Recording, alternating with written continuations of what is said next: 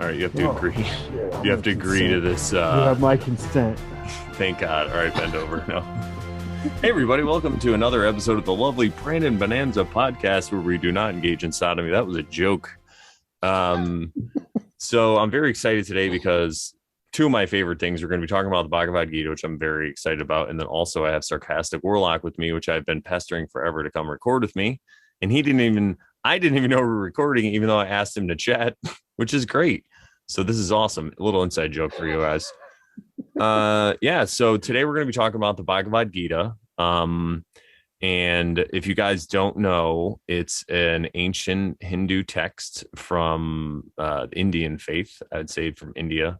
Allegedly, that's where the Bhagavad Gita hails from, actually. And it's a story about a war that basically takes place right in the middle of the other not yugas, the Vedas. There you go. The Vedas are the other ancient Indian texts, and apparently those are older. And the Bhagavad Gita is supposed to be a little newer, and it was just kind of stuck into this area where there was a battle. But anyway, we'll get into that a lot more, and I'll explain a little bit of the background. But before we do that, I'm going to talk to our guest. So what's up, man? How's it going? Great, man. How are you doing? Oh, just lovely. Killing it. Like I said before we started recording, I love recording. So this is just one of my favorite things. And I'm talking about the Bhagavad Gita. You've been pursuing me like a lovely maiden for a while. So I just assumed that this was a date, you know? Yeah, I thought that's what the consent form at the beginning was about. Right. For those of you who don't know, now on Zoom, I mean, it's been for a while, but when it first started Zoom, you could record, it was no big deal. But now it informs you're being recorded. Audio, some crazy voice comes on and said, recording started. And then now you have to click. Like that was just a thing. And now there's a box that comes up and says, just so people know. Anyway, that's what we're referring to. But so we're talking about the Bhagavad Gita. And no, I'm doing very well. I was just listening to it a little bit earlier before, but it's something I've listened to like, I don't know, maybe hundreds of times. I can't even imagine. It's hard for me to read sometimes unless it's fiction. I can read fiction really well, but when it's like a religious thing or something, I don't know what it is about. I used to be able to, but these days and I'm just like zoop. So right. Yeah. Well, is that kind of not to skip the entire story, but isn't that kind of the moral at the end? Is that like all is this one thing? And it kind of reminds me of like Ecclesiastes, where he's like vanity of vanity, all is vanity. It's like aesthetics, these names and all this type of stuff. And so it gets to the point where those things start to, I think I could see them becoming less and less relevant, and less important. I mean, the Gita even has that scripture in it where, how does it say, like a reservoir in a countryside that's flooded, so is the scriptures to an enlightened. Yeah, exactly. Yeah, that's a great point. And that's it's funny because I haven't really been listening to it as recently. And maybe, I'm sorry, a man or woman who sees the Lord in everything. That's it. Yes, exactly. And then you don't need the scripture. The scripture is kind of like it's like a guardrail for when you're falling outside. You got to hit up against it to kind of put you back on. And that's it's funny you bring that up because like I was saying, I listened to it so much over the past few years, and then maybe in the past 6 months I've been on to other things, and I'll listen to it here and there, but it just doesn't grab me like it used to. I don't know. It's really strange. So maybe that's what it is. I kind of feel, and that's the same thing with like going down rabbit holes, and I've been talking about that recently where I've really stopped at that. I'm just going to get to know myself. Yeah. So I think it's the same thing where I'm just kind of like, oh, I get it now. It's like, This is enough now. Go do something else, but I'll still talk about it though. So right. And that's the big difference, man, between like having the knowledge in your head and then actually having the understanding of what that means. Well, maybe I just had to record with you so I could gain a new perspective and go back and listen again and be like, what did I miss? There we go. See. Oh man, probably the funniest thing for me in this book is I've been kind of doing what you're describing here for a few years now. Just looking inside and finding things inside and then bringing those out and developing them.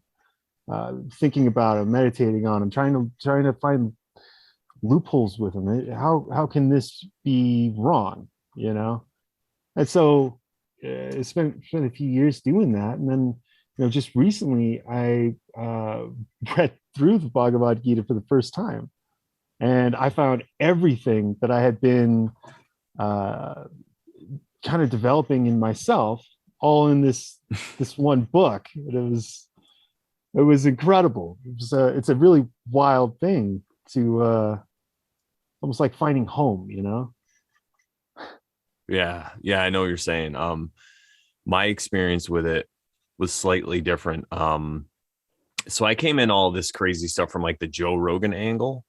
I was listening to Rogan. I'd been in the Marine Corps when I was in my 18 to 22, and then coming into 2012, I got out in 98. So about 14 years later, I start getting into Joe Rogan, and in between there, like I got into some conspiracy stuff. I'll just say I was on to all the major psyops. I'll just say that like early, Yeah, but I just yeah. was like, what am I going to do? So I just went to live in the world. I became a DJ. And then in 2012, I started to kind of wake up a little bit, and then I started doing comedy in 2013. And then I started, allegedly doing marijuana and all this stuff again, because I quit when I joined the Marines and stuff.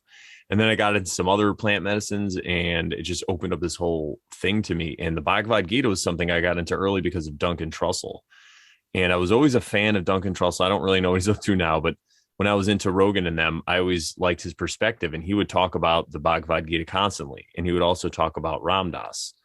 So Hmm. I started looking into Ram Dass, and he did this whole, it's an audiobook actually that he has, where he's just doing lectures that he did. I think there were a series of lectures that he did at Naropa one year, maybe in the 70s. And Naropa was like this gathering. People did spiritual gathering or whatever. And they had the classes and stuff. And so he gave all these talks about the Gita, and it was really mostly stories about his life. And he just related his life to it. And it was really amazing. So what I would do is listen to that, and then listen to the Gita, then listen to that, and just back and forth, like I said, for a while, on and off. And I'd do it basically maybe like a half an hour before I went to bed. I would just listen to it an hour before I went to bed while I was getting ready or drawing something, doing my crack. You know how it is. And so I just started to, and then every time I listened to it, it meant something different to me. But that's kind of how I got into it. I just wanted to lay that out a little bit. So we had a little bit different, because I think you had your awakening, and then you came across it where it was kind of like a lifeline through my awakening. Every time I had like a Huh. new epiphany or something, I'm like, holy shit. And then I would read it or whatever. And I have two hard copies. So I did read some of it also. I was just giving myself a hard time. But yeah, it's just and then I would also talk to about it with people at convenience stores that I knew that ran them, that were Hindu. And you just look for pictures and you see all that, and I'm like, oh, Bhagavad Gita. And I remember I told Sharon the story. I was in Florida in 2018 visiting a friend of the family, and my parents came down too. But I had my own rental car or whatever, something I can't remember. And I stopped at a 7-Eleven or something like that, a gas station. I ended up being there for like an hour and a half with this guy.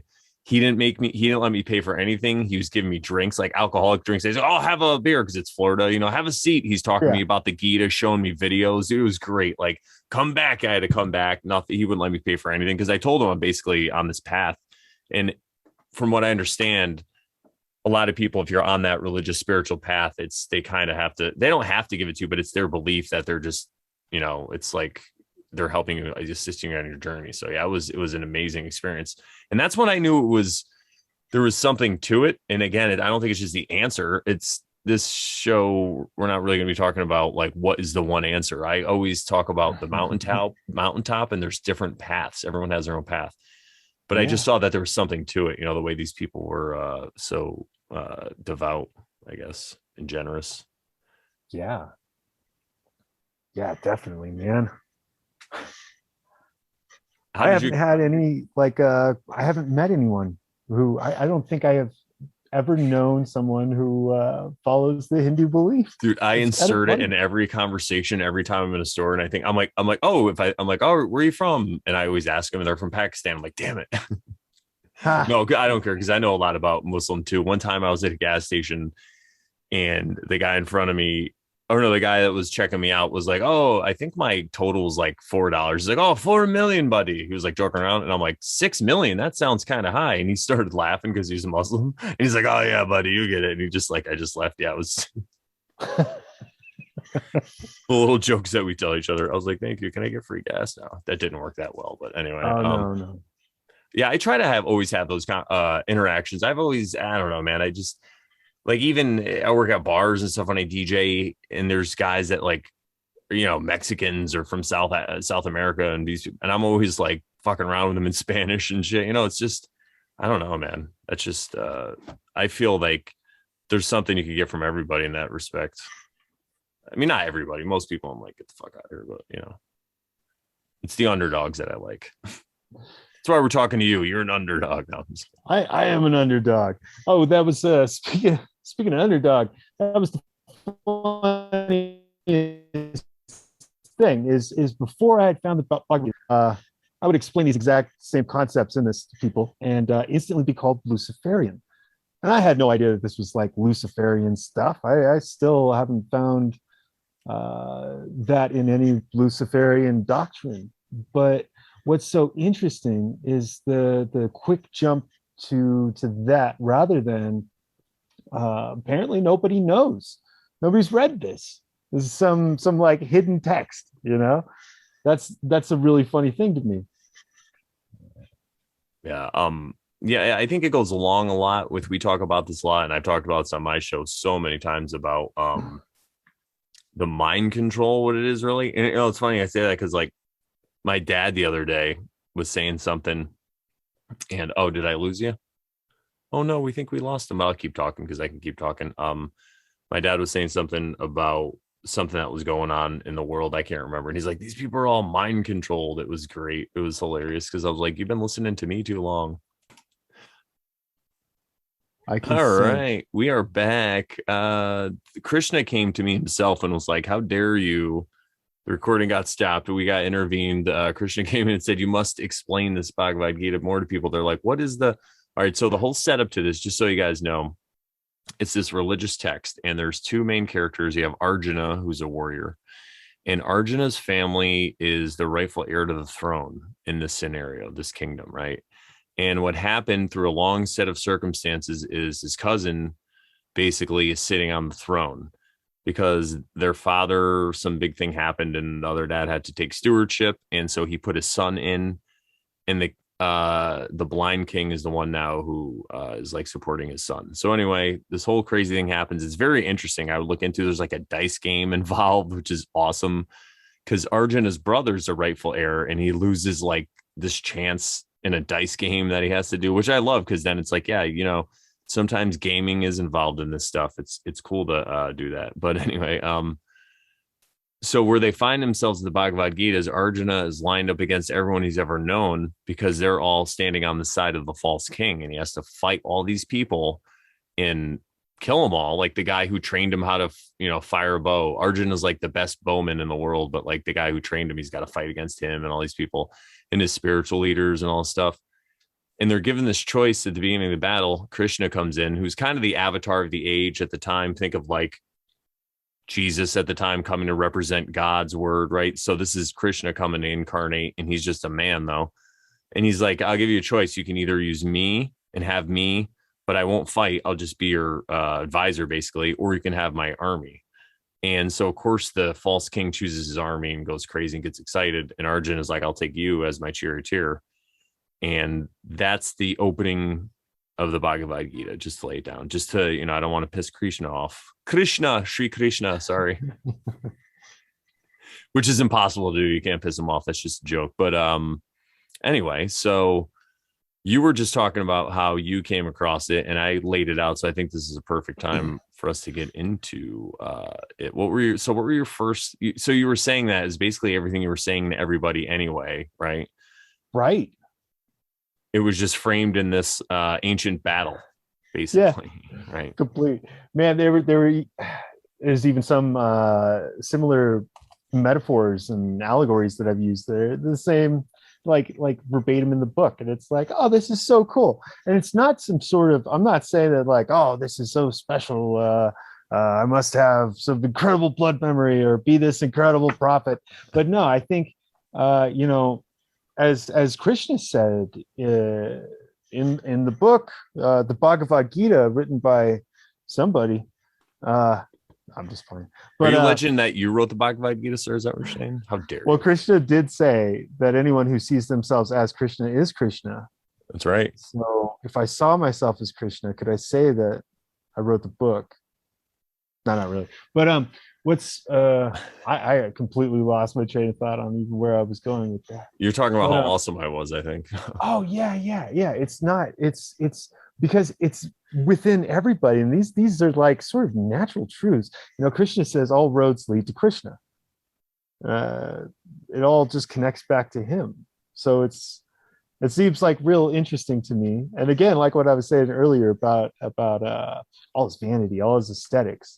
You know, it's not a bad thing, but I think it's really important that we not forget that the proper verbiage or the right noun that we use is somehow magically important.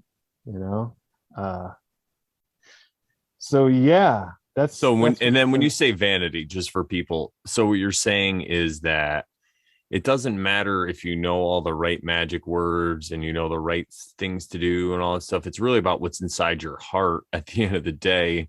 right, And that's right, how you're going to be, if you're going to be judged by a creator or the all or God, that's, I feel, I mean, I think anybody can make that claim. That's what's going to be claimed. You know, it's like the Egyptian thing when they weigh your heart against a feather. exactly. That's what's Yeah, going to man. matter. And all these magic incantations and symbols and people who you think are going to save you, you know, at the end of the day, I feel these people like Krishna, they just put out a model like Christ. He put out a model that you can live by, you know, and it's a Right. fucking great model, dude. I suggest living by, because when you do, the synchronicities are insane. Yeah. So yeah, I mean, it's not the glamorous, but it's just, man, it's fucking yeah. It's funny you bring up the heart weight against the feather. It's been the last like 2 days. I've been thinking real steadily on the scripture, judge not, lest thou be judged. For by the measure by which judge will be measured unto you. And I keep thinking about that a whole lot. And then about 2 days ago, I came across John 20:23, which is basically Jesus saying, whoever sins that you forgive here, my Father will forgive in heaven. And whoever you don't forgive won't be forgiven in heaven. And it was like, holy cow, did I just figure out the secret code of Christianity that everyone, and then you line that up with alongside the Bhagavad Gita and the realization that every single being is Krishna, and they are all just these reflections of Krishna, and that I get to choose to forgive these things which are me as well, because I am that just as they are. And so at least this like really interesting thought process where again those aesthetics again, we talked about the things you like, but what about the things that you don't like?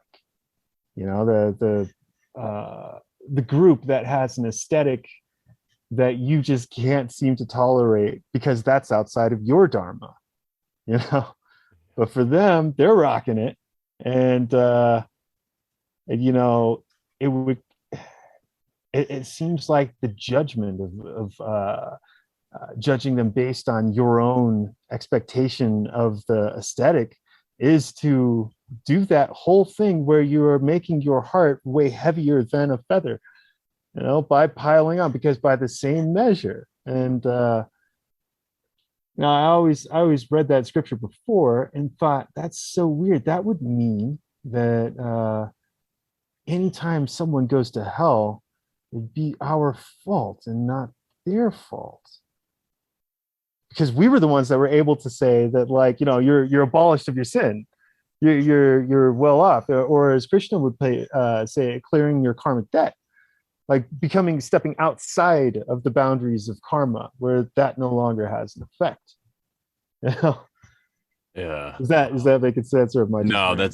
that's mind blowing. No, I always look like I don't know what's going on. That's my superhero power. I tell people that all the time. Like I'm like when I work with people, especially for the first time when I'm like DJing or whatever, I'm like, listen, it's gonna look a lot like I have no idea what's going on and all this stuff. I'm like, but don't worry, I do this 3 to 4 times a week for like the past, I can't remember what year is it again. I'm like, I got this. I'm like, my superhero is for people to underestimate me, and then I blow them away. It's like great, you know. That's awesome. Yeah, dude. I just I think show up that's like, advice Odin gave in the Havamal. Like, don't show your full strength off the bat. no, man. I show up there like, who's this fucking stoner? And that, like, a lot of the, it's great though. A lot of the maitre d's and stuff, but I always super cool and they all love me. And I always tell them that I'm like, listen, I know it looks like I have no idea what's going on, but I'm 45. I know it's crazy, but here's Yeah, my license. Like, I was in the Marine Corps. Like, trust me, I got this. They're like, all right, cool. I'm like, yeah, we got this. We're gonna have a good time tonight. But that's yeah, awesome. exactly. And so yeah, I think I totally lost my what I was gonna say there. I got excited on me, but no, yeah. What were you saying? Oh, I was talking about clearing karmic debt, like Yes, what yes, Jesus yes. said about like releasing people of sin. Oh, now I remember what I was Uh, gonna say. and Okay, then so oh, Jesus, go ahead. Yeah, go ahead. no, no, no, no. You found it. It's like a rare fruit. So the Gospel of John. I just wanted to say. So my path was I was in Christian Catholic school from kindergarten to ninth grade, but around fourth grade, my mother they didn't really go to church or anything. They just put me there because it was better or whatever. And they were poor, so it was a crazy situation. But anyway, I'm glad they did. And then my mom got sucked into this born again Christian thing. Sorry, everybody, but this whole Assemblies of God thing, and I got super into it because in fourth grade I was like, yeah, this makes a lot of sense. Yeah. And I had this conversation with a born again Christian recently who was, I'll just say, I think she was trying to court me. I'm not quite sure what was going on, but I was like, listen, I'm not trying to disrespect your belief system. I get it. And this isn't going to, I know this is going to sound like condescending, but when I was in fourth to fifth, sixth grade, I was all in on this. I was like sitting with the adults, not with the kids. I was like having conversations with the adults about the Bible. And the reason I bring this up is because the book of John, I always love. And now I know Yeah. why, because it's so, I guess you could say occult or whatever. It's so close to that kind of Yep. hermetic, the way they talk, and it always appealed to me. And now it makes so much sense. So I'm glad you brought that up. And yeah, I mean, it's right in there. There's really so many times Jesus says to not have fear and to just kind of follow him, be like him, do unto Yeah. others, do unto Oh others. man. Like, Oh, speaking of funny things Jesus said and aesthetics, have you seen this going around lately and on all that? Well, Jesus says in Matthew 6:23 that the eye is the window to the soul, and if thine eye be singular, thy whole body will be filled with light. Which doesn't that sound? I mean, if I were to say that that came from like some Liber 333, would you be would you doubt it? yeah, no, it sounds, yeah, that's what I'm saying. Like I think what it is, right? Nobody really, it's hard to argue this. I'll just make some statements here that are hard to argue. There's definitely people who have an understanding of the spiritual knowledge and they know that there's a way to control people with it because there's truth involved in it. And anytime there's something truth, or anytime you want to control people, you have that little bit of truth. It's like the bait. It's just like the worm on a hook. That's the truth. It's a real worm, Yeah. but what's it come with? So, Well, you can't have control without troll. oh yeah, That that's might be a perfect. stretch, but I think it works because that's I see him doing it all the time. They troll people, and people fall for it, and they get into the emotional response, which is that's another thing that he talks about over and over. Mm-hmm. Like controlling your own self, being the same in the hot and the cold. You got a wild bobcat, you No, it's just a black kitty. I have dude. two That's so crazy. I have two black cats. I'm totally a wizard. That reminds me of something. I had a crazy insight Friday. I took a trip and I had this insight, and it was about what you're talking about. So there are people who, for some reason, there's all different concepts. We'll just say truth, right? A lot of people, there's a barrier to truth for one reason or another. We'll say an alcoholic, like they don't want to see the truth because they want to engage in escapism and do that, because whatever it is that happened to them is just too painful for them to deal with at the time. So I feel the same thing it happens with the spiritual truth. And when people come up against it, it creates this cognitive dissonance. And like you said, it gets people into the division. So that's why, you know, if you could be aware that there are people trying to control you, and you know it's out there, you know, and then you have these, I guess, dogmatic things you're not supposed to question that don't quite make sense. It sounds a lot like other control systems, right? And when you see that there's this pattern, there's certain people like me and you that could see this, but we see it logically and we're like, oh, we could just tell people and they'll figure it out. Oh my God, like I came across so much truth. But the problem is their ego isn't ready to hear it yet. And the insight that I had was, oh man, you can't tell their ego. You have to somehow communicate it to their intuition. And how do you communicate to someone's intuition? Through art. Yeah. You know, music, drawing, or you incept comedy. them. You gotta do it in a dream.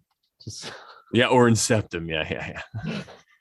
We don't suggest that, everybody. I mean, we do, but we don't. Anyway, yeah. So I was thinking that, like, and that's kind of what the Bhagavad Gita is really, because it's this story about a war, but did a giant war really take place? So it's an art form because it's a story, you know, and and like me, I listened to it over and over and over again. And finally it started to make sense and it clicked. And I was like, oh yeah, I get it. But had I been in a dogmatic view where, oh, these people are devils and they're worshiping all these gods. And the thing is, with a Hindu, if you're not familiar with this religion, all their gods, they just looked at as aspects of themselves.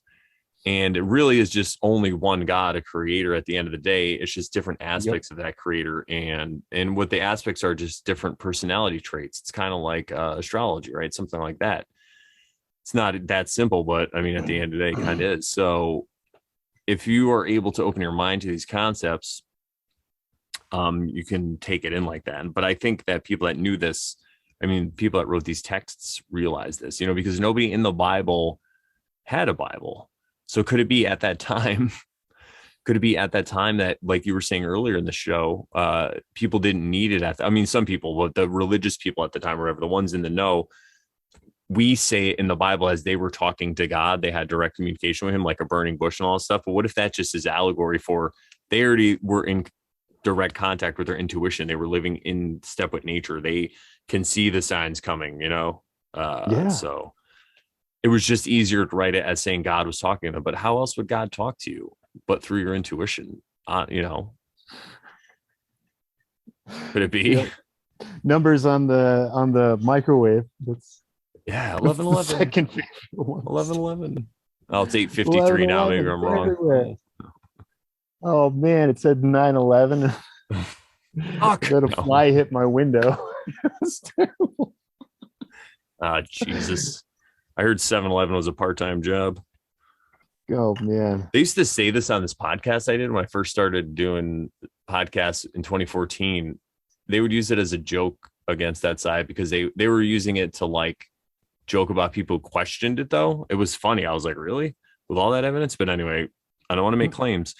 But so they would just ask, it was a comedy podcast. So when you first got on, they would just ask random questions. And one of them was, is 7-Eleven an inside job or no, a part-time job or something like that? And it's funny that later it's used as hobo code now. I don't know.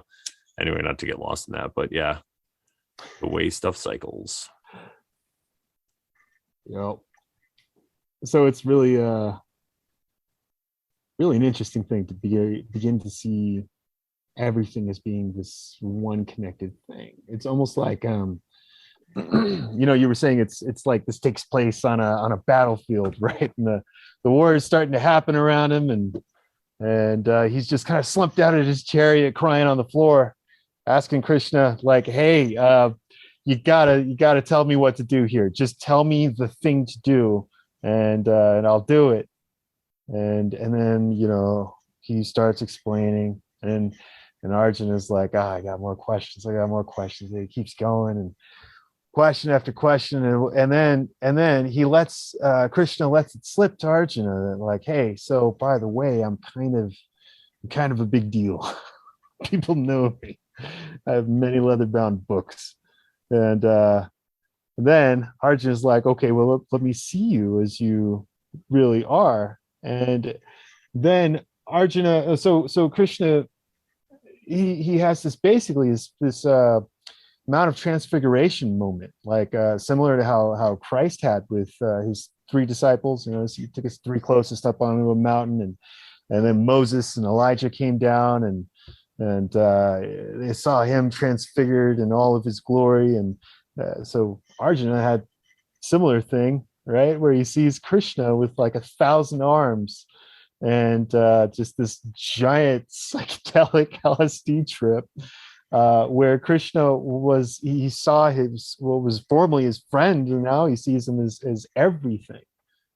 And which that to me is kind of cool, because within his friend, this friend who's trying to help him, he sees God, and within everything else, he sees that friend who is God trying to help him, right? And so it's kind of fun because it's all taking place on the middle of a battlefield. And you would think like the normal dualistic Judeo-Christian mindset has this idea of like, you know, everything boils down to this giant battle of good versus evil, you know, and you know, there was the Almighty God who in 7 days created the world and all that is, and then something happened and he got cancer, and something that was evil outside of himself got into himself, and now he's battling that thing within himself that he doesn't want anymore.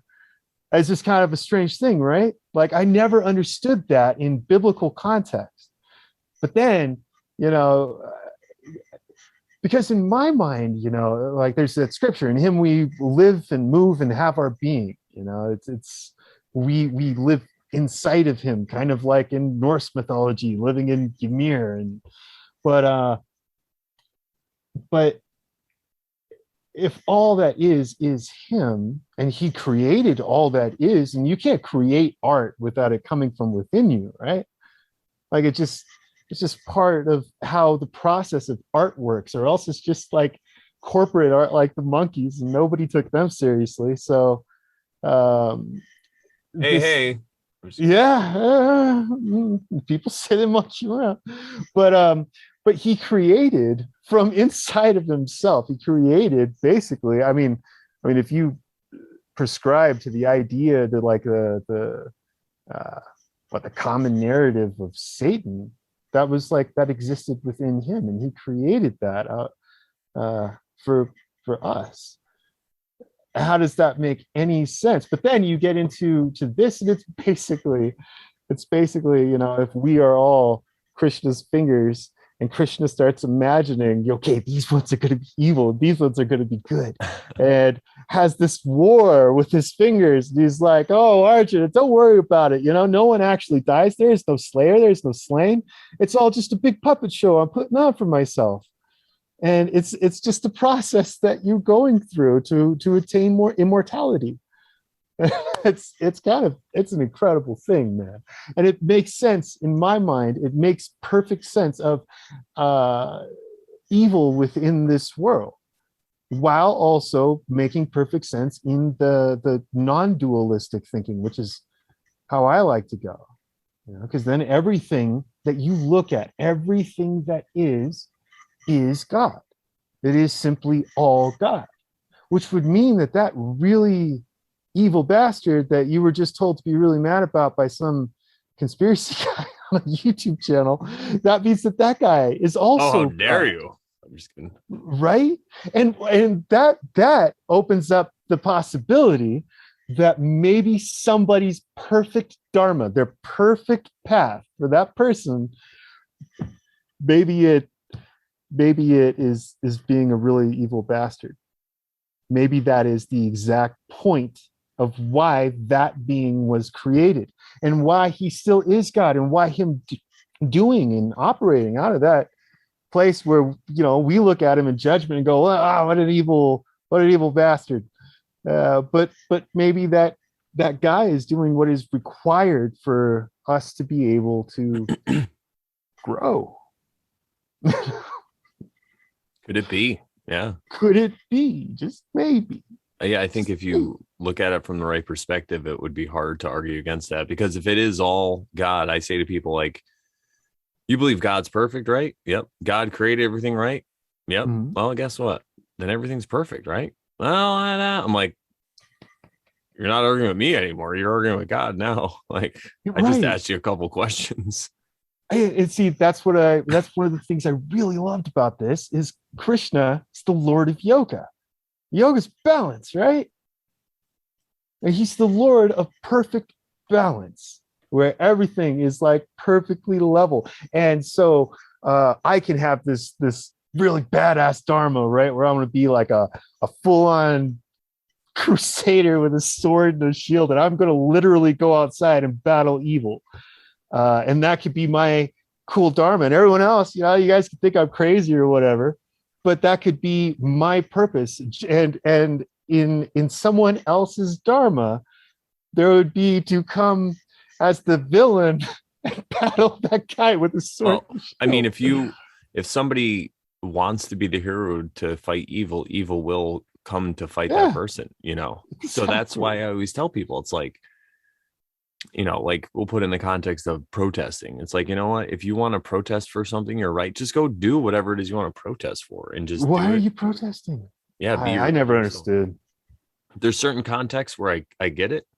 Like in Australia right now, they're fucking going crazy. So everyone's just coming out to say we had enough. I think that's a little Yeah. different.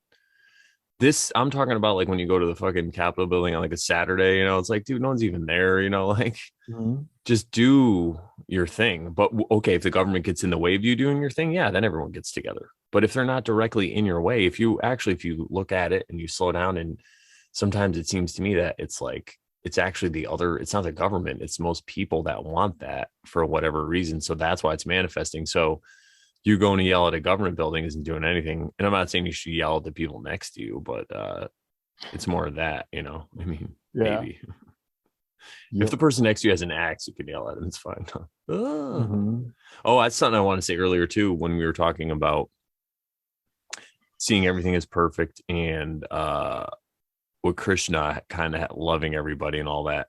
Just because you love people, we're not like hippy dippy over here. We're more heathen. We're not hippie. So it's more like, you can, even if you had to in your dharma, if it came where somebody was coming at you and they were trying to take your life or the life of somebody around you, and you had to use deadly force or whatever, you could still do that without taking that person out of your heart. And I know that sounds crazy, but that's what it is about loving your enemy. So you have compassion. You understand that this person could be like some meth head and they're just trying to get copper, and you're in between them and the copper, like, and they need to get it. And it's just all the stuff that happened. And maybe their dad used to fuck them with a plunger, and for whatever reason, you just have to do it, but you don't have to hate them and just be like, and do it, because that That's the big thing. is where, because it's like a dog that tastes blood, maybe part of you likes that, and you don't know how to deal with that, and that is going to fuck you up, allegedly. If you, I've never killed anybody, but I'm sure if you did, and you felt some lust with it, there's part of you that's gonna like it, because it is an ancient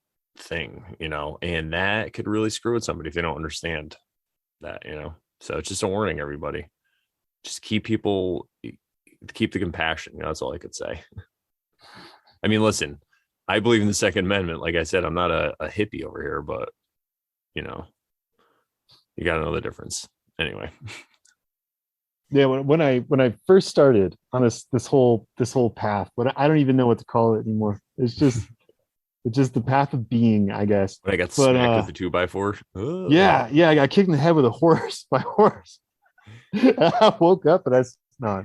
But when I first started out on this, one of the first things I learned was to culture apathy, like to do it on purpose and to greet everything with apathy, so that you're left with the ability to make a choice of, do you want to apply emotion? Do you want to apply a passion? Or do you want to apply anything at all? Do you want to address this? And you're left with all of the actual choices to make, rather than being stuck in a position where you just react. Like I was finding myself just reacting to things, and almost like I didn't have control over the emotional or passionate responses that I have just been habitually doing with these set things. Like every time you get in this remote situation, like a cycle. respond this way. Yeah. Yep. And then being able to actually like move beyond that. But I didn't even do that intentionally. It wasn't for the purpose of having control. It was just for the purpose of doing magic. I didn't realize that it could be so beneficial in just normal life of being able just to control your mind. And Krishna brings it up a whole lot in this, of being able to touch the sense objects that are hot and cold and be the same in hot and cold, and the same in pleasure as you are in pain, and just to have that level of balance. And I think that does all come down to personal choice.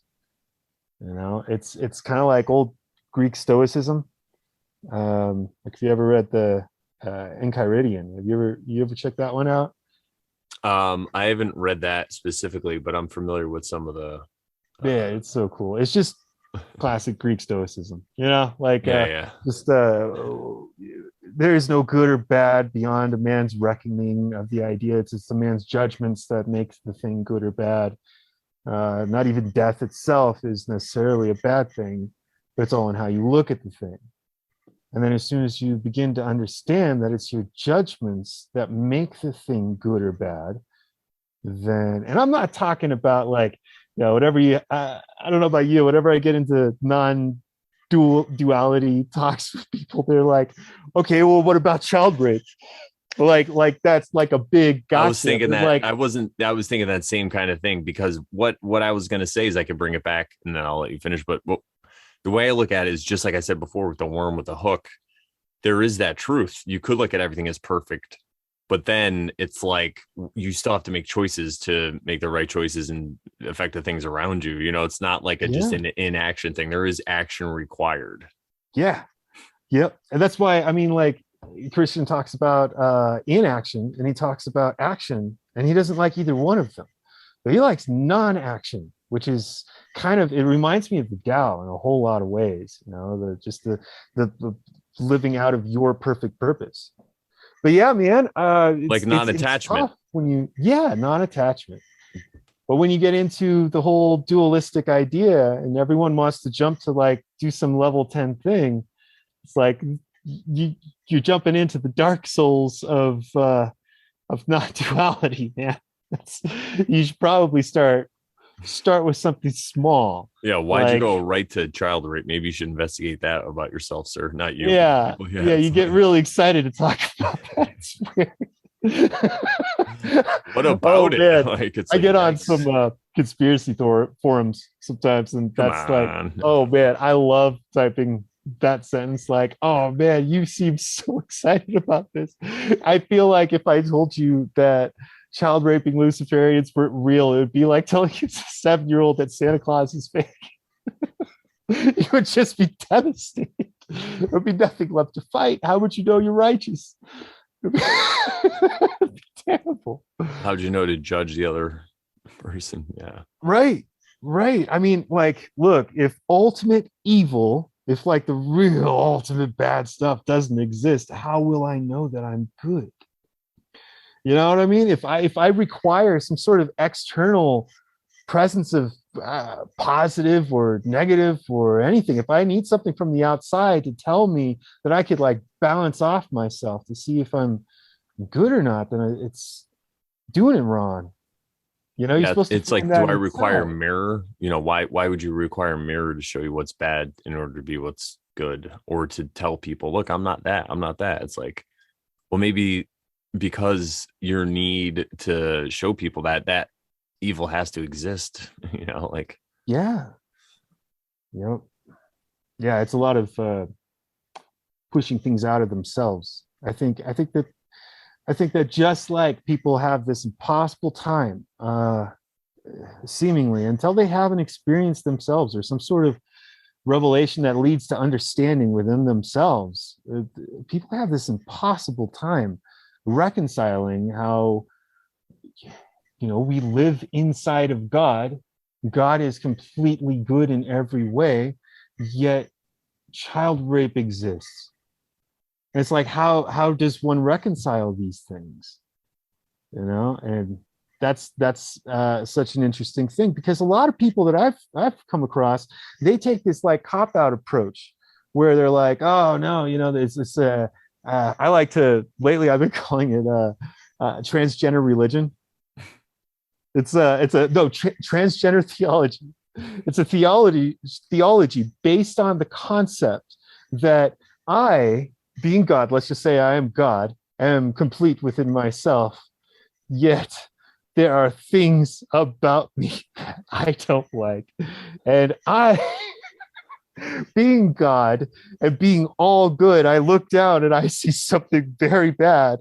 And I have this 3,000, 6,000 year plan, you see, to isolate all the bad things down into my pee. And then I can cut that off and throw it into the fire where it will burn for 1,000 years for all eternity after the releasing from the pit.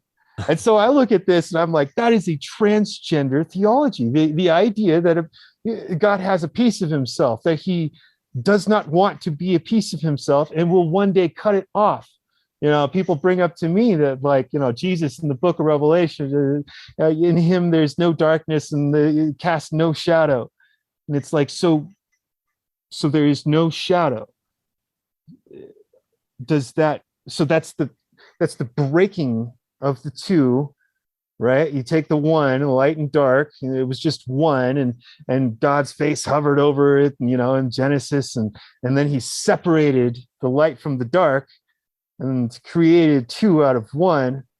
And then we're going to take one and throw it away completely, meaning what we're left with is half of what originally was. This is transgender doctrine. This is the destruction of the Almighty itself. You're removing half of it, which, and people are like, again, because they're constantly having it dangled in front of them. Oh, baby rape, what Hillary's doing right now. And they're constantly having this stuff dangled in front of them. It's probably all a giant troll. I don't know. Maybe it's not. Maybe it is. But because they're constantly being reminded of it and they're constantly seeing it, and it's getting, so much play space in their mind, they can't begin to see beyond it into what is for themselves. I don't know. There's my tangent. There's a lot of despair there, so much people identify with, because there's a lot of trauma. A lot of people went through trauma as a child, so they identify heavily, and then they see all these children that seem to be helpless and, in despair or getting abused in it. Yeah. I mean, like you said, you just create these. Yeah. That is. And who knows if it is even real? Because again, I always take the approach, right? So if I was going to do it and fuck with people really hard, I would make it all really good.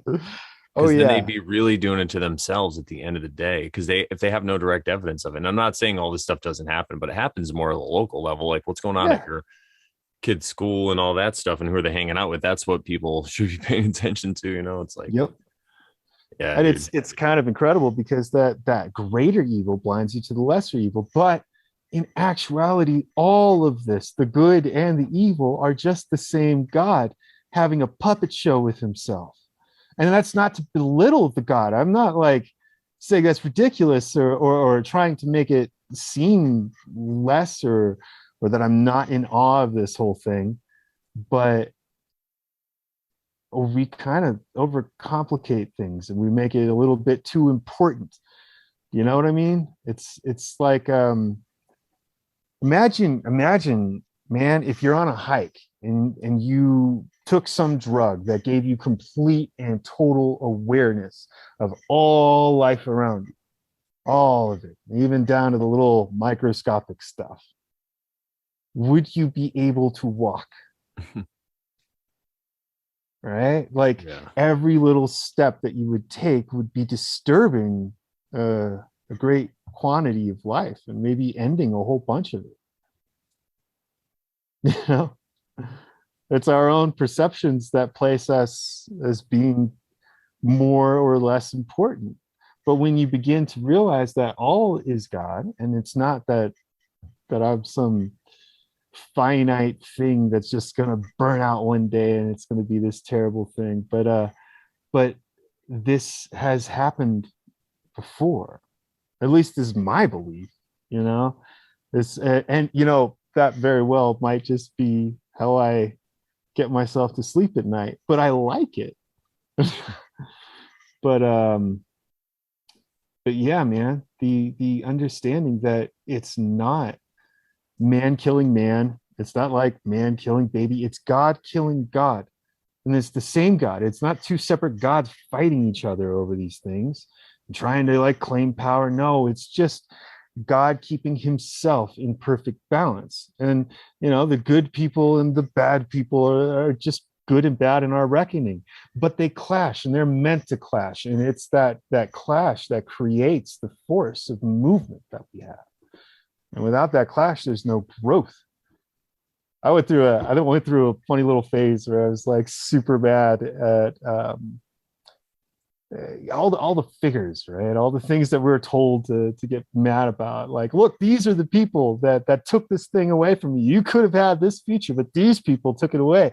I get all mad and I get all grumpy about it. And then, you know, one day I realized that I would probably be like 350 pounds, just totally brain dead, do nothing but play video games all day, every day, if it weren't for these exact people, for those thorns, those gifts of the Almighty.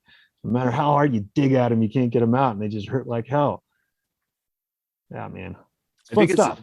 It's the same kind of concept as like martyring somebody. Like they're like, you can't kill somebody because you make them a martyr. It's the same thing as like, if there's people out there doing quote unquote evil acts, they're gonna spur other people into action, and they're gonna have, just like we were saying before, if you need a enemy, well, if you're out there and you're an enemy and you need a hero to come battle you, one's gonna manifest, and it's gonna be somebody pissed off through the internet or somebody, like whatever, Probably. You know, like, so yeah, I think it works both ways in that aspect. And again, it's like a real simple way to say it is, if there's nothing you can do about it, why do you think God would burden you with it? Right. You know, look at the footprints thing. You know, like, if it's really that bad, then he's carrying you right now. Let him fucking carry you and trust his plan. Because if you don't, then you're not questioning me anymore. I don't care what you do. Just don't hurt me, you know? That's what I'm saying. Yeah. So, but let's switch gears a little bit here. How has so since you came across it, how do you think it's changed your life? Let's say that, because it was more of a sudden thing for you, because you were just like, holy shit. Man, it's like it's a infinite confidence booster. And some of the things that were like that I was thinking about, I'm like, I don't know, man.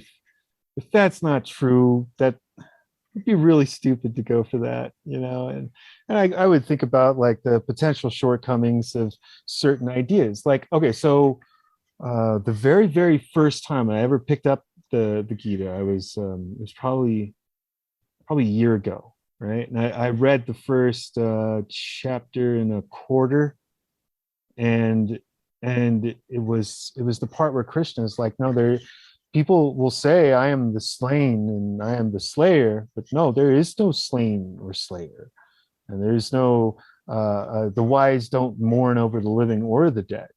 And you know, he's saying stuff like this and making it sound as though, at least to me in that time frame I was in, I was a little bit more prone to be angry, you know, a little bit more excited to be angry, you know, like it's tantalizing.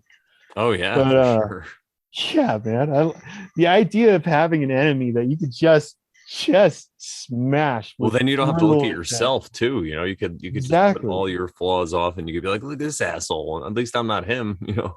Yeah, so me reading that, and then Krishna going like, yeah, man, get out there, rise and fight, Arjuna, you know, just it's an open doorway to heaven to fight evil, you know. And and this kind of stuff. And I'm like, holy cow, I don't think I'm ready for this stuff.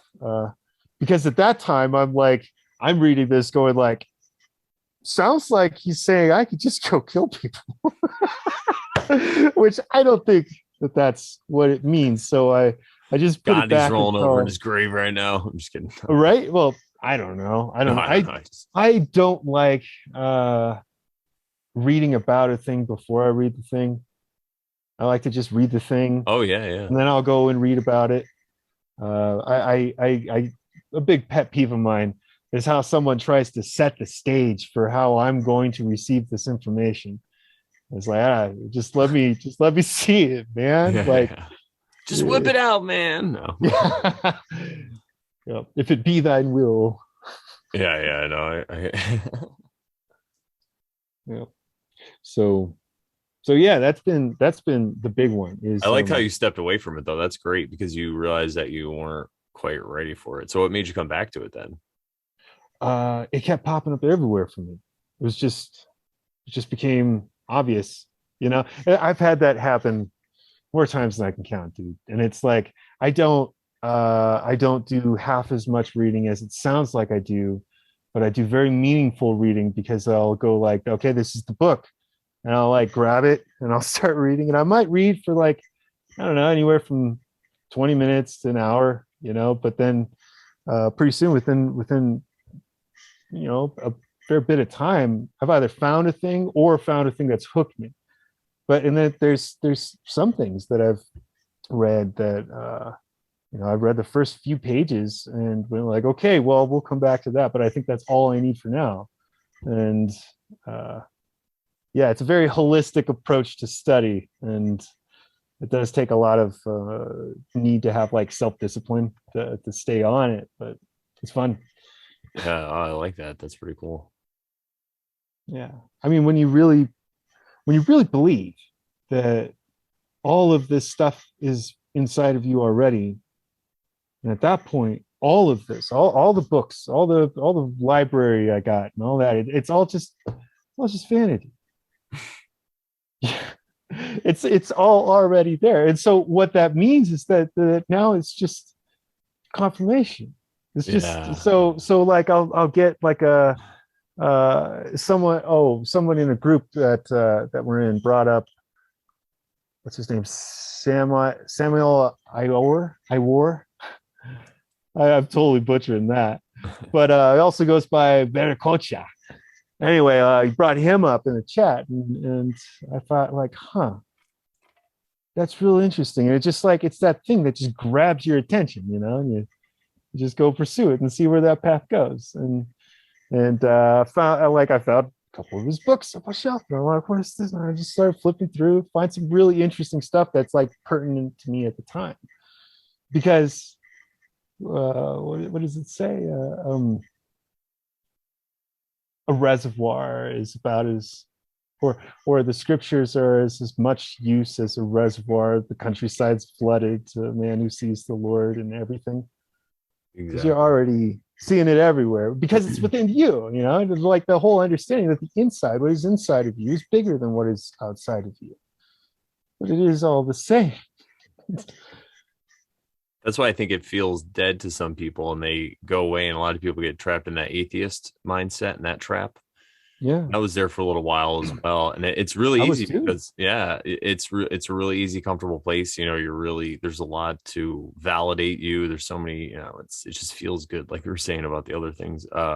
Yeah, But I think for me anyway, losing it and gaining it again has been insane, because now I really see for myself what it is.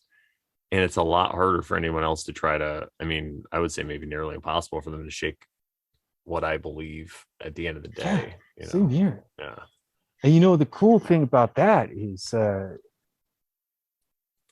level of pride and confidence, and not knowing that you know it all and all this, and that you're right on everything, but the knowing that you are where you're supposed to be. You are thinking the way you're supposed to be thinking. Oh, it's so hard. And if you're not, then it will change because it's meant to. It's You know, changed so like much it's anyway, right? I mean, come on. exactly. But when you there's this pride that comes with that, of being able to um remember that scene in Conan, the very first Conan movie with Arnold Schwarzenegger, and he finds that guy who's like tied up and the dogs are barking at him, and he lets him go and feeds them, and then they're sitting there talking, and his new friend asks like, hey, who's your god? And he says, my god's Crom, the god of the mountain. He lives in the mountain. And I have to learn the riddle of steel. And he's going to ask me what it is. And if I can't answer, he'll cast me out of Valhalla.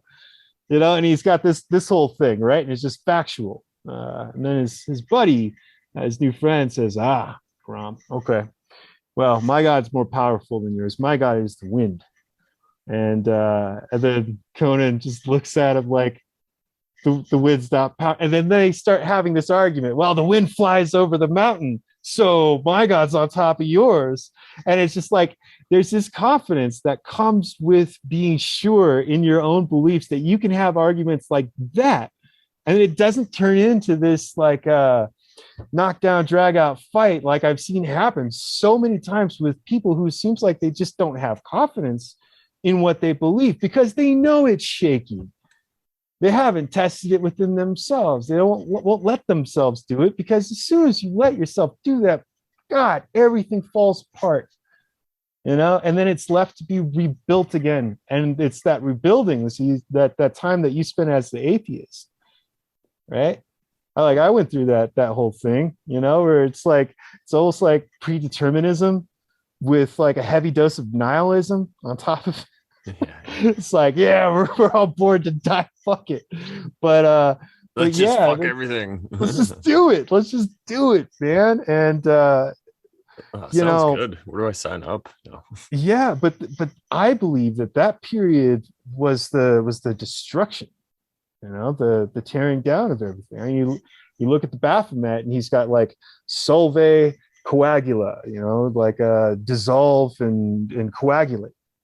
Destroy and rebuild, break down and recombine. And that's the entire process of this whole spiritual path. Like whole realm. all of them.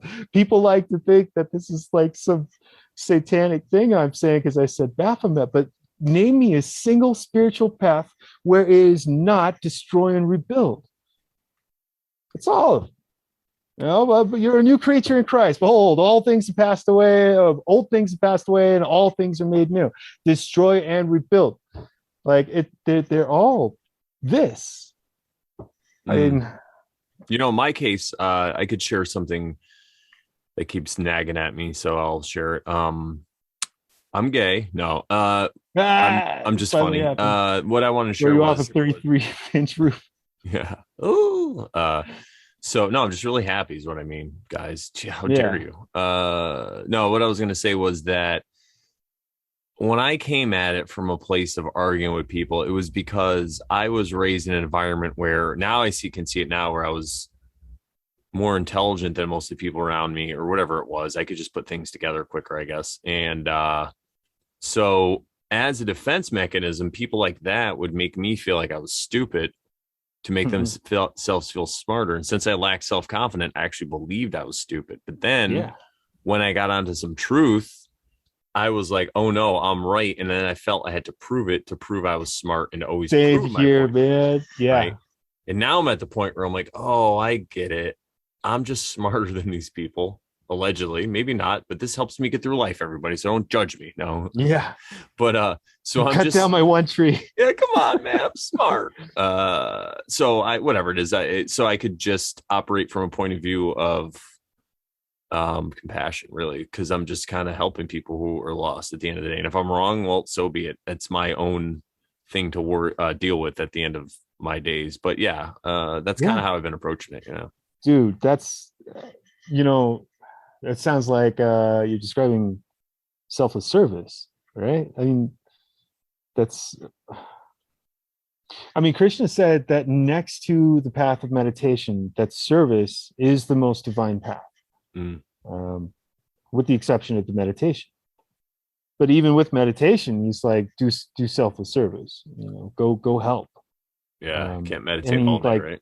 prescribed to like do it when you when it's the right time, when it's the right person, right Yeah, I feel like if circumstance, you all go out that. to look for it, to do it to look like a person to get the validation, then it's wrong. But if Yeah, you just approach every situation, you're living your everyday life, and then you come at it from that point of view, and that's yeah, where the gravel is, because people in certain religions will get you and say you have to go here to do this good, to be a good person, where it's like, yeah, just stay where you are, things will come to you, you know. yeah. Shit. And I Except know for we're me. talking about like a Hindu book, but it's like it seems like every religion got it wrong. I mean, even Krishna in here talks about people who follow the letter of the law and their hearts are filled with selfish desire because they want power and control. And it perfectly describes the Pharisee class. The one who's always showing up to rain on your parade, or to say no, you have to believe in your heart and say with your mouth, and no, you got to be baptized thrice, and all this stupid stuff, right? And they show up and they make a mountain out of a molehill, and you're like, no, really, the way it should work is there can be a single, just one single, that guy, that one Christian, just one of them, and that one, according to that book, should be able to forgive the entire world, just like Jesus did, just like he said you can. And there you go. We just wrapped up your entire religion, and you just saved everybody. It seems like a thought process that leads to its own extinction, right? Because if they just were simply able to do that, let me forgive thing, then there would be no one left to forgive, no one to go to hell. And there, it's done, right? Like, game over, you win.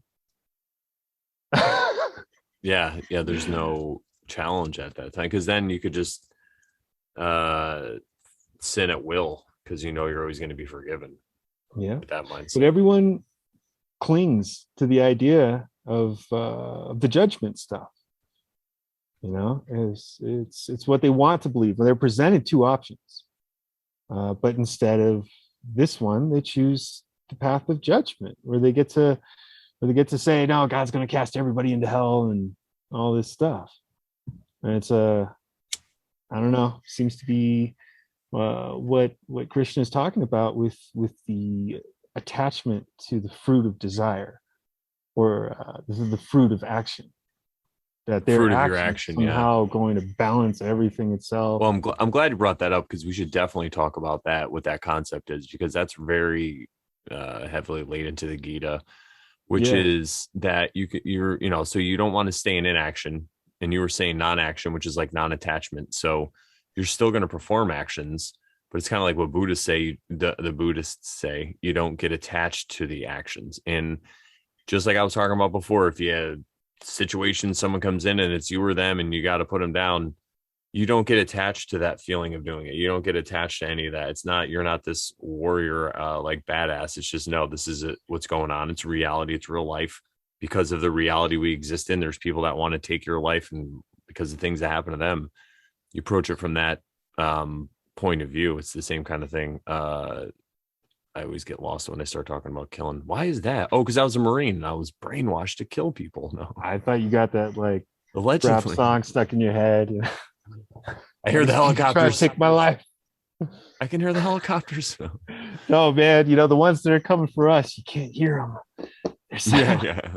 No, I'm talking about the ones in Nam. I was telling Sharon the other day, I'm like, I'm so mad I wanted to go to Nam, like, because I used to watch all the Vietnam movies when I was younger. I was like, Oh oh, it would have been man. great. No, it's crazy, the programming. Yeah, so I know I was making a great point. It'll come back to me though. Something about the Gita. Oh yeah, non-attachment. Yeah, of course. How could I Yeah, yeah, forget? yeah. I wasn't attached to the idea. You see, everybody, You and I just let it let it go, pass. and it came back because I was unattached, and that I got that We're not skill even from my judging you teacher. for it. Thank you. Some people are. I can see them. No. Yeah, so when you're not attached to your actions, you could still perform them. So it's the fruit of your actions. So, like, for example, I'm a DJ and I want to go do a good job for people. I want them to celebrate, have a good time. And when everything goes well and everyone dances and parties and, they're all like, oh, you're the best ever. And, I could let it go to my head and I could feel all that greatness and that emotion.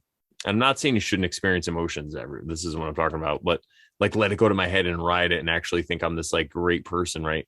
And then sometimes there's a time where you do a wedding and it's not the greatest thing. And then you could kind of feel down. Or it's like when you play poker, same thing. Some nights you're going to win a bunch of money. Some nights you're going to lose. And I found that playing poker, when you lose money, because it's going to happen inevitably, if you can just let it go and not be attached to that money, you're going to get it back much quicker. It's going to come back to you. And it's the same idea in life. If you can apply it to life, when the waves come, and it's just like they say in the Kabbalion, you can't escape the pendulum swing. It's ever present in this realm. The things are going to be happy one day, sad one day. It's like that song. Yep. I like pleasure spiked with pain, and music is my aeroplane. Like pleasure spiked with pain because it's always going up and down. And they say you can't escape it, but the master learns to vibrate on a higher plane. And what I found in my experience is it's just looking at things from a different point of view. That's literally how you're vibrating on a higher plane. And you could just kind of see how everything is disgusting and it's a mess and it's horrible. But at the end of the day, it is all perfect because what happened in the past, whatever the fuck it was, this crazy stuff is coming through us now and we're healing from it. Because I think it's better than it used to be. And all this stuff has to happen in order for it to get to where it needs to go. And if it skips steps, it's not going to be right. It's not going to be a solid foundation.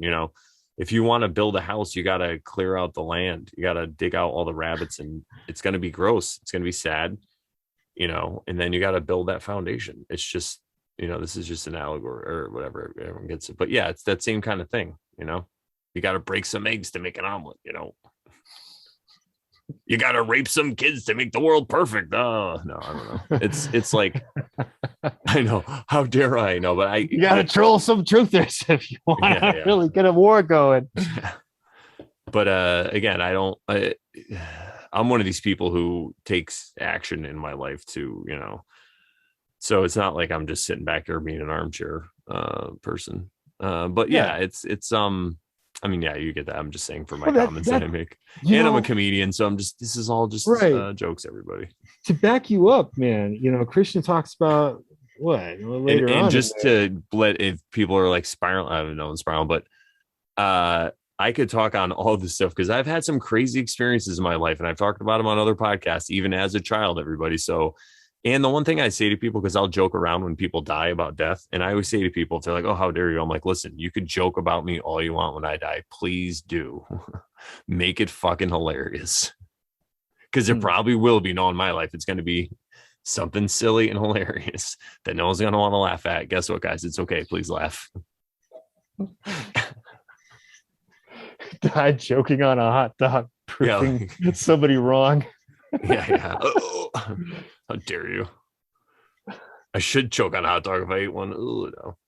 Ooh. Yep. Well, I think we're getting kind of toward the end. Looks like it's been about an hour. Is there anything else you kind of want to? Oh, one thing I did want to bring up, because you talked about this before we were recording, and it reminded me of something, but I didn't.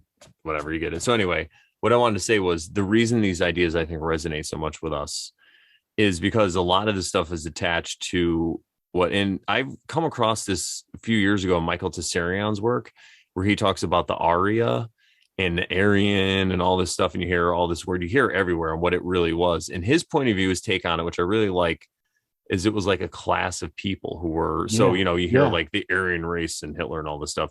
But I feel like his take was, no. And he's Irish. And he's like, I think it was a class of people who were like the Druids. And they had this knowledge, and they could have been white, black, purple, whatever. It was their culture, whoever the figurehead was in that culture. So in India, the guy was Indian. In fucking Afghanistan, he's Afghanistan. In America, he was, I don't know, whatever. So the word Aryan means nobility, right? Yeah. Isn't it nobility? Exactly. It traces down from that. And that's why you see like the casino, the Aria casino and the Ari and all this stuff. that's where the word comes from. And Yeah, as I before think we were it's the talking, nobility of soul. yeah, yeah, and I think that's what it is. So it seems just like the Weather Dominator. If you're not familiar with GI Joe movies from the 90s or 80s, I'm sorry, but like the Weather Dominator was scattered into 3 pieces across the world, and GI Joe and Cobra had to fight to get the pieces. And I feel it's the same thing with this religion. Like the piece Right. of it was scattered into Yep. India, and now if you look into it, you're either a heathen or you're like you're going to go to hell, or you're claiming that it's the Aryan race in it. No, it's like no. This isn't what we're saying. We're saying this knowledge.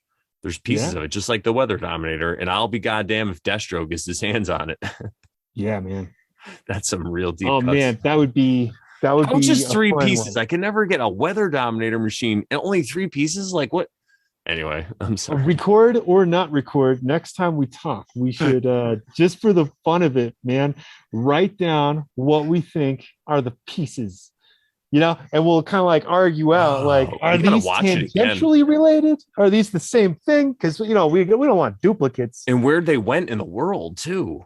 Right. Because one went to Yeah. like the ice caps. Yeah, sorry everybody. Because I think Norse mythology is one of these, like Yeah. the sagas and the Dude, you're blowing Eddas. my mind right now. I gotta go rewatch that movie. Ugh. Anyway, Yeah. Thor Ragnarok, right? yeah. No. Hey, you want a trippy movie? Let me give you a real trippy. I did movie. like that movie though, but go ahead, yeah. Which one? Thor The Ragnarok. Thor movie, yeah, but that was before I had the dude, eyes, so I don't. I was heated, and then they cutted his hair. They cutted his hair. It's not cool. Yeah, I probably would so hate it mad. now. I'm just saying back so then. mad. I was like, It's like just castrate him while you're at. Come on, just go ahead. You already got him. You already got the hair. There's nothing left. But yeah, that's another thing Michael Tessarion would talk about, and it reminded me of what you said earlier. I'm glad you said that when you said chopping the dick off, because his whole thing was he was onto this like whole cult that was around the world that basically he proposed that it was like this evil feminine thing, like there was some lady or feminine force at the head of it, because you see all these men in positions of control, but that's like the false reverse. But all these men are ostensibly castrated, and it has to do with like the Knights Templar with the Red Cross and all this stuff where they have to castrate themselves. So you saying that just like blew my mind. Dude, take it further. I mean, it goes into Saturn. Yeah. You got Horus, you got Saturn, who's castrated with the sickle, and then here, this is really funny. I wondered this for a real long time. Why did Noah get so pissed? Right? What seriously happened? Because he like really just laid a giant curse on like a third of the world's bloodline, right? According to the story. So like, what did that kid do? It wasn't just pointing and laughing when tell the story, passed out drunk and naked. Okay, so Noah, they get off the ark. God's accomplished his divine goal of killing literally every single goddamn thing. And just so you know, you could take your time. There's no time limit to the show. I don't have anywhere to be, so go ahead. I'm just letting you know. Man. All right, so tell the story. Yeah, go ahead. God kills everything. Noah gets off the ark. 40 days and 40 nights later, he gets off the ark, and what does he do? Well, he's 40 days, 40 nights with a whole bunch of elephant shit. I'll tell you what he did. He went and made some wine. Yeah, he did. And so he got way hammered. This is in the Bible. Real everybody. Hammered. In the Bible. The patriarch Noah. So Noah gets hammered. To pause your story really quick. Yeah. He deserves it, after what fucking Noah did. Dude, yeah. Hammered. Absolutely. Go ahead, dude. Please. And I feel bad for that hangover he had, because he woke up and to the story that his kids told him of like, hey dad, we saw you passed out in there. You're like buck ass naked, just laying there in the middle of the floor. And like this one, he laughed at you. Yeah, he totally just laughed at you. But me and my brother, we're the good ones. So they walked backwards. They took a cloth and they walked backwards so they wouldn't see the shame of his nakedness, and they covered him while he was passed out. And Noah was like just so heated about this, about his child, his son. He's not a child; he's an adult son at this point. But his son laughing at him because he got drunk and passed out, and he cursed him and his bloodline and all of his lineage to come. Right after God destroyed everything. So these guys, these three dudes, were supposed to breed back all of it, and Noah right off the bat curses this 1/3. Now, what do you think he could have done when you think about the patriarchal gods, Kronos, and these guys with with little sickle treatment on the nether regions? I'm really beginning to wonder if this is an archetypal story that's lining up. Oh, and I found some other references to this in some other works, and that's really interesting. But this seems to be like one of those old archetypal stories where the son castrates the father, just stopping any further bloodline from this. So Wow. the idea is, maybe he just had a really bad headache, got real messed up and snipped him. Maybe Noah just had a real bad headache and was like, fuck this guy for laughing at me. Fuck you. Yeah, right. Then you can't take a curse back. You can't take it. Yeah, you can't. You can't do it. But go ahead. You were going to say something before I. No, that's it, man. Oh, okay. Yeah. Yeah. That seems to line up. That's crazy. Could be. Well, that was. I'm glad you told the whole story to put it into context for everybody so they can understand. I had an idea because I remember that story. Wasn't there a rape involved too or something? That comes later. But yeah, there's always a rape involved in that book. Always a rape. Yeah. All right. That is the rapiest book. I remember being a little kid reading it. Just like, what? Whoa. Are these people ducks? What's going on? Yeah. Duck rape, everybody. All right, let's see. I guess we're gonna end the show on duck rape. Well, thank you for coming on the show. Well, we do look like we're on Duck Dynasty. I had somebody say that to me recently. Something about Duck Dynasty. Like, you just want to be left alone like Duck Dynasty. I'm like, sure, I never watched that show, but that sounds good. The secret to happiness is just being left alone. Yeah, it's not that hard. Well, I actually don't want to be left alone, everyone. Go to morelawsmoreproblems.com if you're listening to this and you don't know us. If you want more, that's my website. You can reach me through there. And do you have a way anyone could reach you if you want them to reach you, or anything you want them to look at? Or you could find my stuff at sarkastikworlock.com. All one word. Weird Wu-Tang spelling of sarcastic. Yeah, how do you spell it? SARKASTIKWORLOCK. There you go. All right, everybody. Well, thanks for coming on, and don't hang up. I'm just going to end the recording, and everyone knows how to find me. So, yeah, I really appreciate it. It's been a long time coming. We have to make it happen again. So, yeah, thank you. All right. Thank you. Bye.